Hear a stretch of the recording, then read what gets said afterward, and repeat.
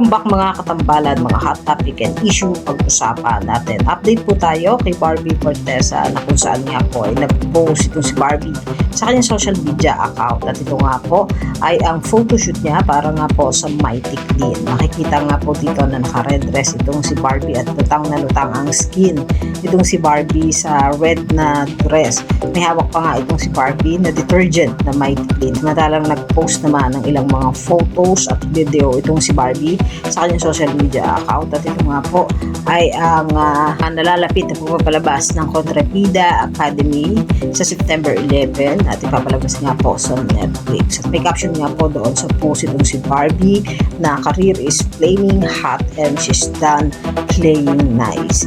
Makikita rito na may hawak itong si Barbie ng kanyang photos at sinisilaban nga itong si Barbie. Sa mga pinupost nga ni Barbie, makikita talaga na lutang ang kagandahan ng isang Barbie Fortesa.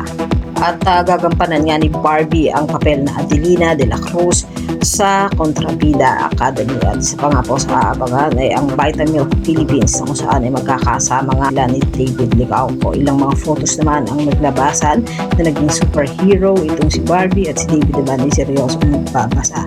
Makikita rin na magkasama si David at Barbie doon sa inilabas na photo ng Vitamilk na kung saan nga ay may sari-saring emosyon ito si David at Barbie. Yung mga update natin ngayon kay Barbie, kayo mga katambalan, ano ang masasabi nyo? Mag-comment lang sa comment section at pag-usapan natin.